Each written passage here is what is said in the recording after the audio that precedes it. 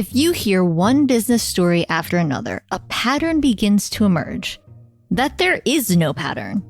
There are underlying themes, common lessons, similar key takeaways, but there is no formula to entrepreneurship. There's no step 1, step 2, or step 10. You have as much of a chance to fail as you do to find success.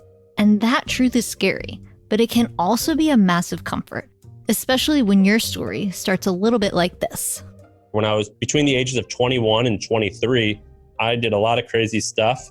And it all was rooted in, I just loved to basically party. And I just liked to do everything to the extreme. And that was a huge issue. When we sold our company, I had 19 cents. That's Sam Parr, now the founder and CEO of The Hustle, a media company well known for their daily tech and business newsletter. Before he was sending his thoughts and ideas out to more than 1 million people, he was stuck in a destructive cycle of alcoholism and rebellion, a cycle that left him out of a job, broke, and nearly homeless. But that's the thing about entrepreneurship. It doesn't matter where or how you start. Every decision is an opportunity to not just build your business, but to rebuild yourself. There are always exciting things happening in the world of small business. The news that grabs the headlines, though, are always the highlights, the overnight successes, the billion-dollar IPOs, the massive exits. But just like your Instagram feed, that's never the whole story. Let's look deeper than the headlines and the press photos. Underneath all of that is the real work building something valuable and lasting. Don't get me wrong, I love crazy success stories and can be drawn into those big flashy tales just as much as the next person. But we all know that what's more important than the destination is how you get there. It's the struggles you have to overcome and the insights you learn along the way that make you who you are. So those are the stories we're telling. It's raw, it's honest, and maybe it's exactly what you need to hear. I'm Hillary Georgie, and this is The Journey. Growing up, Sam was the rebel, the guy determined to speak out against the norm. He was a smart, hardworking kid, but his transcripts don't exactly reflect that. I'm from St. Louis, Missouri.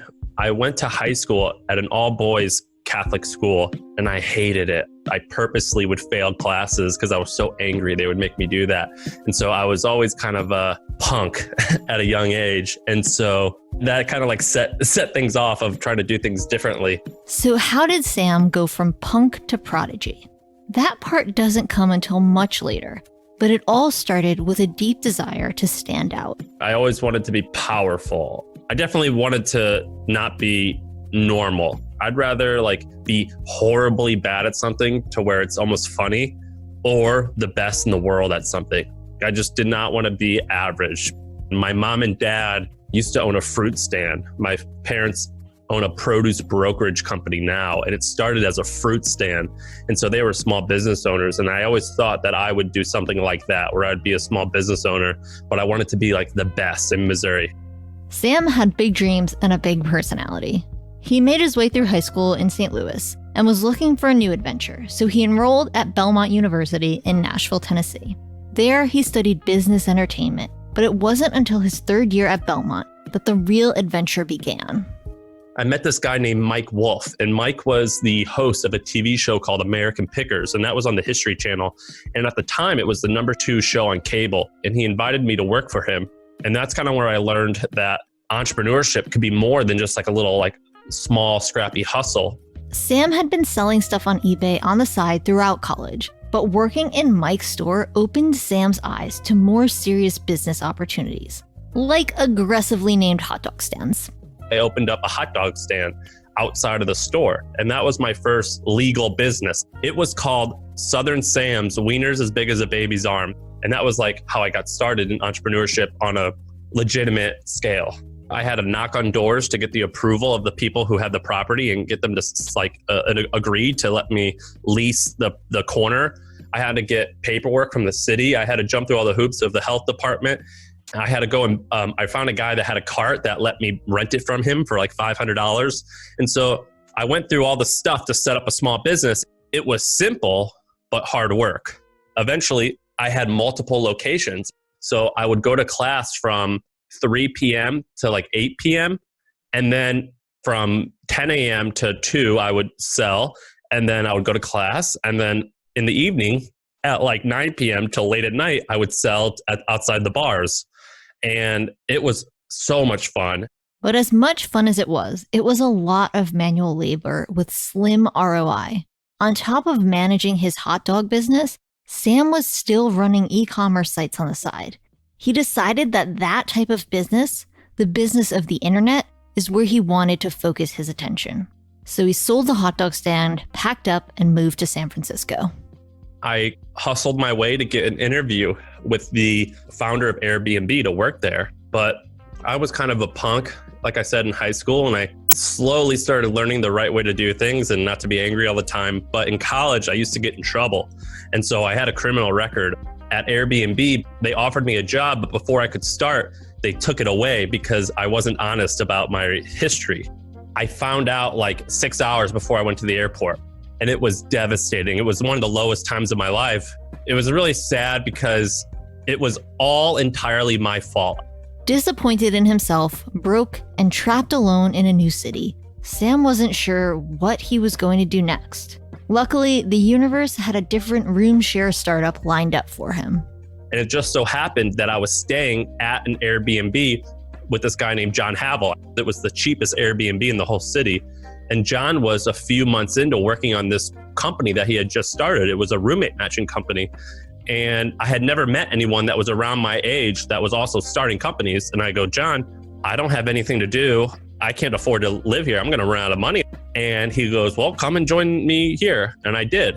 And so we created a roommate matching business. Sam had a way to make some cash, but having a job and a plan didn't solve Sam's deeper underlying issue. When I moved here, I had very little. One thing that I had a lot of is I totally had a drinking problem. And so I moved here and I was basically just a drunk who didn't have any money and was failing like on a bunch of different aspects. And so there was times where I would be sleeping outside sometimes. That was probably the darkest period of my life.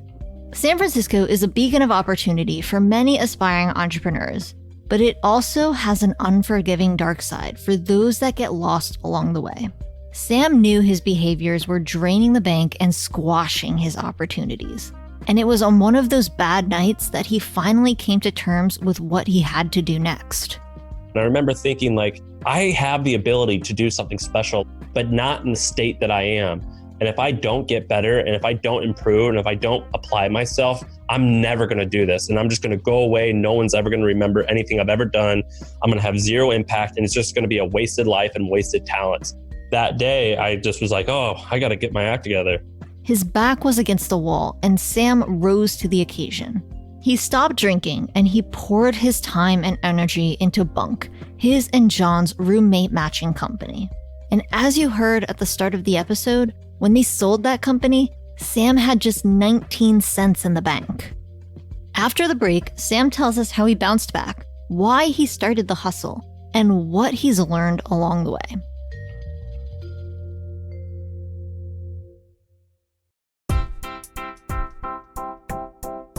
As part of Salesforce's continued commitment to small businesses, they've recently announced Salesforce Care for Small Business, a combination of free products to help during the COVID-19 crisis.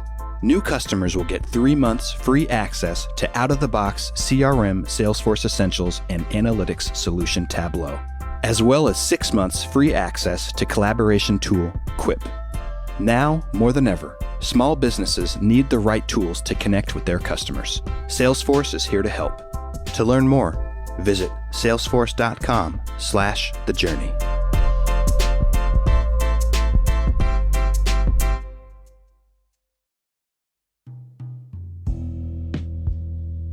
After selling Bunk, Sam worked for the company that acquired them for a year, but he also began searching for his next big idea.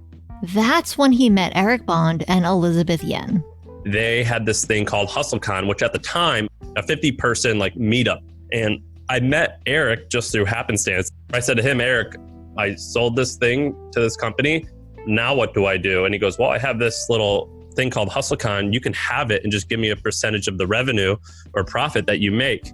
So what HustleCon was it was kind of like this TED Talk event where I got founders of interesting companies to come and talk about starting and growing their companies. And I made it popular because of an email list that I started.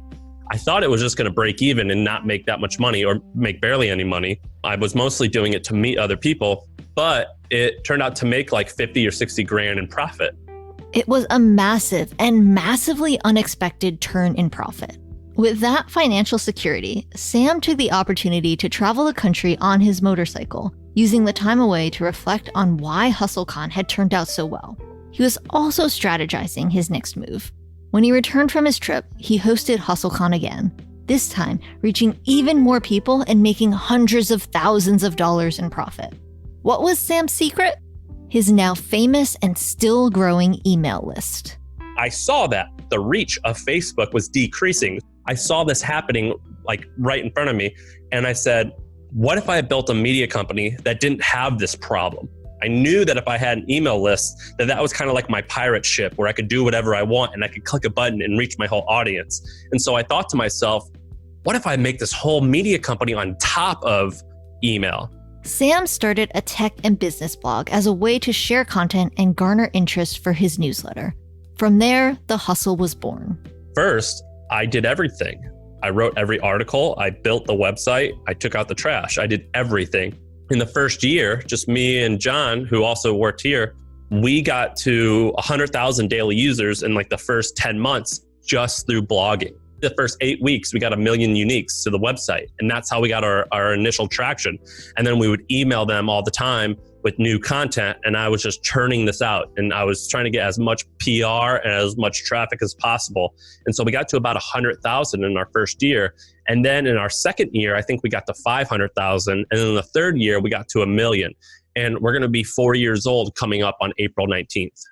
With that type of readership and growth, you'd assume that Sam's headcount and VC backing would have grown at a similar rate. But Sam had aimed to do the exact opposite, opting instead to maintain a smaller team that could move quickly. I want to create a huge company, but I want to have a lean headcount who has high output. We've also not raised any venture capital. So we had to, like every dollar we spend, I spend it like it's my money because it is my money. But even with a relatively small team to lead and no investors to answer to, running a business hasn't come without its hardships. When you start having employees who rely on me, you start realizing all of the demons you have in you or all of the flaws that you have. I started this when I was really young and didn't know anything. And I was a really bad manager when I hired people because I had never really worked at another place. I didn't know how to run meetings. I didn't know how to do accounting. And I just was like a fish out of water. And I learned over the years that there's a huge difference between starting and operating. The president of our company, his name's Adam Ryan, he basically was like, you need to step back and let me run a lot of the day-to-day and you focus on your strengths and let me focus on my strengths. Otherwise, I'm out. And I thought, all right, I don't want to lose you. You might have a point. Sam learned to delegate the things he wasn't good at, and he got a CEO coach to help him improve his leadership skills. Now he is able to focus on the things he is really good at, such as building out the vision of the company. I want to build one of the biggest information companies in the world. I want to hit 100 million in revenue in the next 4 years. And I want to do it without raising any VC. And I think that we have an opportunity to create a really big information business that helps loads of people get through their day, that helps them start new businesses, that helps them capitalize on different opportunities, and basically revolutionize the way that information companies make money. It's a big vision, but Sam has always dreamed big and went after huge goals. And through all of the ups and downs of his journey, he's come away with this number one piece of advice for entrepreneurs. The best advice is to not take any advice. I've learned that there's a million ways to, quote, be successful. There's a million ways to achieve a certain dream. There is no single path you need to follow to find success. The real differentiator between success and failure, according to Sam, is mindset. If you think you can or if you think you can't, you're probably right. The ceiling for most people's potential is significantly higher than they think. And it all starts with having like a certain mindset of, I can do this, I can get this done. That may take 20 years or may take 1 year, but I 100% can do this.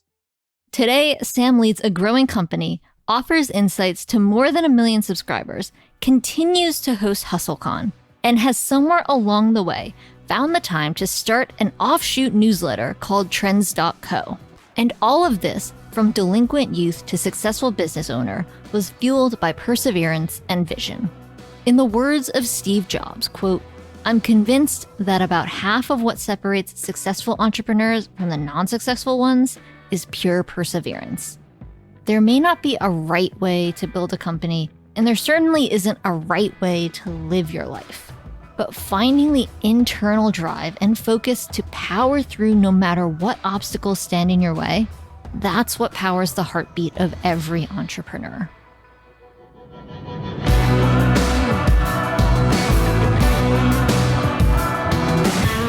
Today's uncertain business climate makes it critical to stay in touch with your customers and employees. That's why Salesforce recently announced Salesforce Care for Small Business, a combination of free products to help businesses during the COVID-19 crisis. New customers will get 3 months free access to out-of-the-box CRM, Salesforce Essentials, and analytics solution Tableau, as well as 6 months free access to collaboration tool Quip. Salesforce is here to help you stay connected. To learn more, visit salesforce.com/thejourney.